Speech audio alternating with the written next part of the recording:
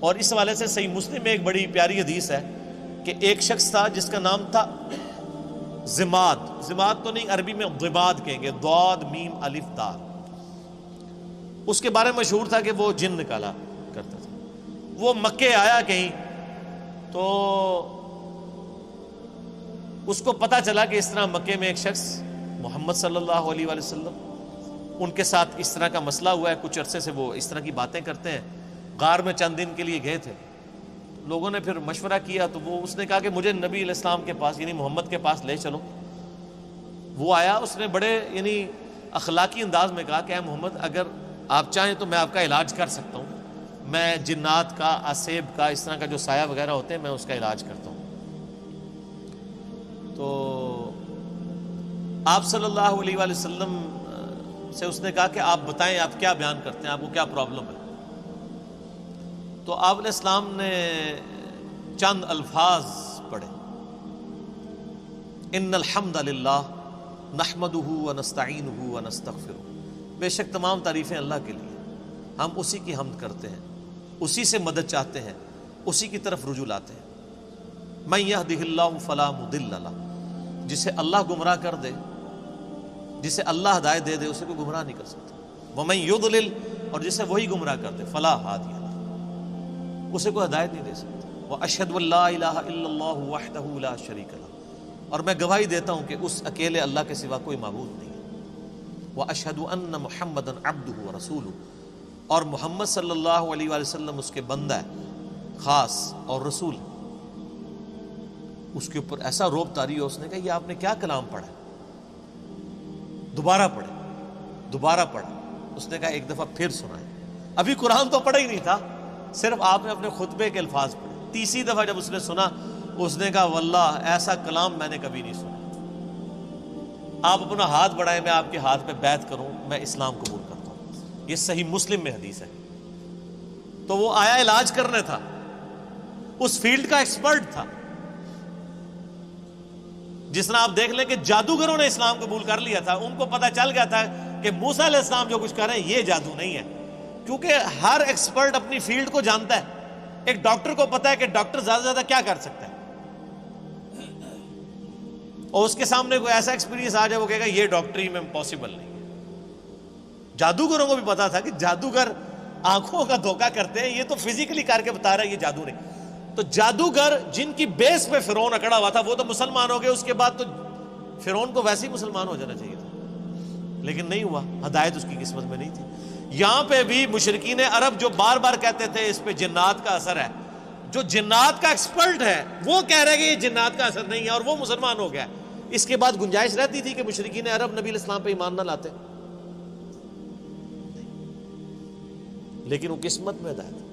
اور لوگ کہتے ہیں جی اللہ کے نبی زندہ تھے، لوگ پتہ نہیں کیوں نہیں بات مانتے تھے. آج اللہ کے نبی کی بات مان رہے ہیں لوگ. وہ تو ان سے بہتر تھے، وہ کافر تھے، کم از کم ڈٹے تو ہوئے تھے نا. یہ مسلمان ہو کے اللہ کے نبی کی بات ماننے کے لیے تیار نہیں ہے. تو میں تو آج کل کے مسلمانوں کو دیکھتا ہوں تو مجھے اندازہ ہو جاتا ہے کہ واقعی یار ایک بندہ نبی کو مان کے بھی نبی کی نہ مانے تو یہ تو بڑا مسئلہ ہے، اور ایک بندہ نبی کو مان ہی نہیں رہا وہ اس کی نہ مانے تو وہ چھوٹا مسئلہ.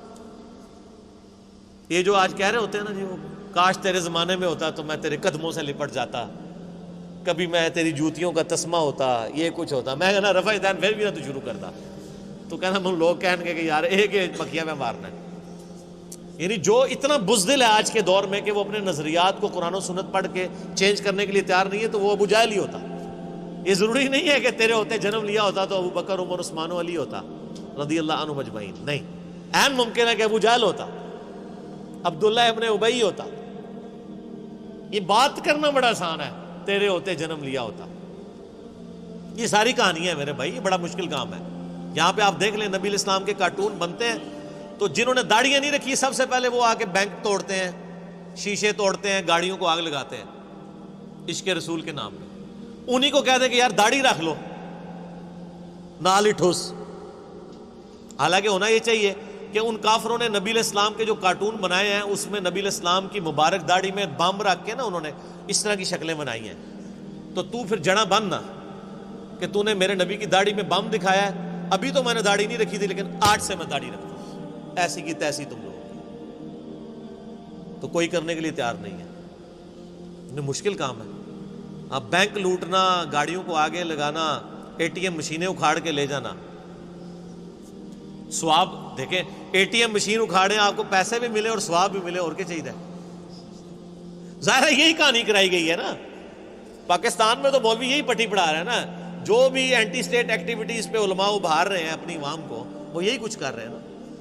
غلامی رسول میں موت بھی قبول ہے، غلامی رسول میں اے ٹی ایم مشین لوٹنا بھی قبول ہے. تو سر پھر ایسی غلامی تو ہر بندہ کرے گا نا. دوویں جہانی مٹھے پاؤ کہ مشین بھی لوٹ لی اور جنت بھی پکی کروا لی. تو یہ ساری باتیں کرنا یعنی آسان ہے، یہ دعوے کرنا آسان ہے، لیکن حقیقت ہے کہ یہ بڑا مشکل کام ہے سچائی کو قبول کرنا. تو اللہ تعالیٰ فرماتا ہے کہ تمہارے صاحب مجنون نہیں ہیں، ان پہ کوئی جنات کا اثر نہیں ہے. اور پھر نبی علیہ السلام کا کریکٹر بھی ان پر گواہ تھا. جنات کے اثر والے لوگ تو بہکی بہکی باتیں کرتے ہیں.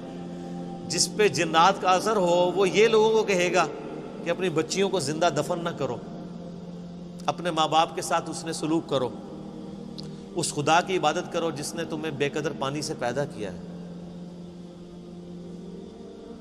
اس طرح کی اخلاقی اقدار جس پہ جنات کا اثر ہو تو اس طرح کی باتیں تو نہیں کرے. پھر سورہ یونس میں اللہ تعالیٰ شروع میں آیت نمبر 14، 15، 16 میں آپ کو ملے گا. اللہ تعالیٰ فرماتا ہے کہ یہ کہتے ہیں کہ اے نبی ان سے فرما دو اگر اللہ نہ چاہتا تو میں کبھی قرآن تم پہ نہ پڑھتا. اور یہ کافر کہتے ہیں کہ نبی اس قرآن کو بدل دو یا کوئی اور قرآن لے آؤ، یعنی یہ تو بہت سخت قرآن ہے. اے نبی تم فرماؤ کہ مجھے کوئی حق حاصل نہیں کہ میں اپنی مرضی سے اس قرآن کو بدل دوں. میں تو خود اس وحی کا پابند ہوں جو اللہ کی طرف سے میری طرف آتی ہے.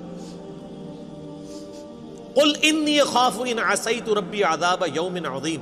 اے نبی یہ بھی فرما دو کہ بالفرض اگر میں بھی اپنی خواہش نفس سے کچھ ایسا معاملہ کرتا ہوں، اپنے رب کی نافرمانی کرتا ہوں، تو میں بھی ڈرتا ہوں کہ بڑے دن کا عذاب مجھے بھی آ پکڑے گا.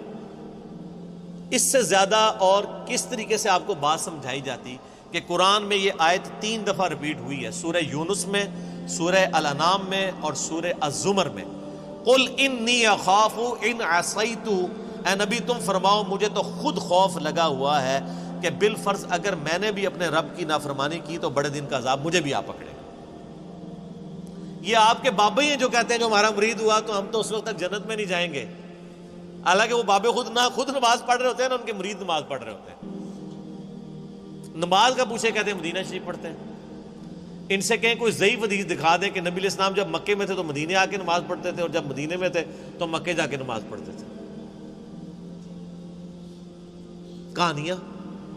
اور بلکہ میں نے اس کہانی کی تو وہ انجینئرنگ کی ہے کہ صحیح مسلم میں حدیث ہے کہ نبی علیہ السلام نکلے تو بنو سلمہ کے کچھ لوگوں کو دیکھا مدینہ شریف میں، وہ کھڑے ہوئے تھے. آپ نے میں کیوں کھڑے ہو یہاں پہ؟ تو کہا یا رسول اللہ ہم ذرا دور رہتے ہیں تو مسجد نبوی میں آتے ہوئے ہمیں ٹائم کافی زیادہ لگ جاتا ہے، تو ہم نے ارادہ کیا کہ ہم مسجد نبوی کے قریب شفٹ ہو جائیں. تو آپ نے فرمایا جو اتنے قدم چل کے آتے ہو تمہیں ثواب ملتا ہے. ان کو یا رسول اللہ لیٹ ہو جاتے ہیں، پہنچنے میں تکلیف ہوتی ہے. تو آپ نے فرمایا ہر قدم پہ ثواب ملتا ہے.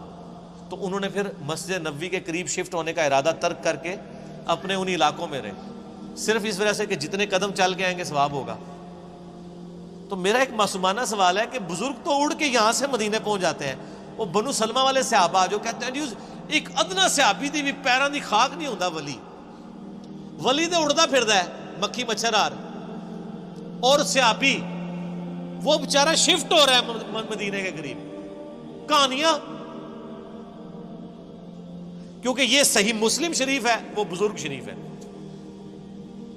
اور اگر کوئی کہتا ہے نہیں نہیں وہ آپ کو سمجھ نہیں آیا تو لے آؤ بابا کوئی اڑ کے دسے.